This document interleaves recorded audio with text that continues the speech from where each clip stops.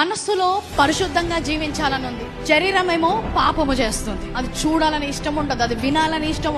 నీ సొంత శక్తిలో ప్రయత్నిస్తుంటావు, కానీ ఏదైతే చేయొద్దు అనుకుంటావో అదే చేస్తుంటావు. గొలియాతు దావీదు పక్క నిల్చుంటే దావీదు యొక్క ఎత్తులో గాని, బరువులో గాని, యుద్ధ సామర్థ్యంలో గాని గొలియాతుని జయించలేడు. ఆయన సొంత శక్తిలో గొలియాతుని జయించలేడు. గొలియాతుని అక్కడి నుంచి తీసేయలేదు, కానీ గొలియాతుని జయించే శక్తి దావీదుకి ఇచ్చాడు.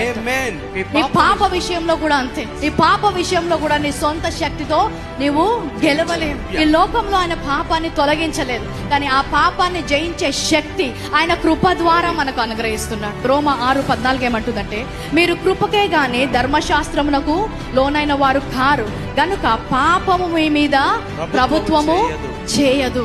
ఎంతో మంది నీతిగా జీవించడానికి ప్రయత్నించి ఓడిపోయారు. పాపం మీద అధికారము మనకి ఇచ్చాడు.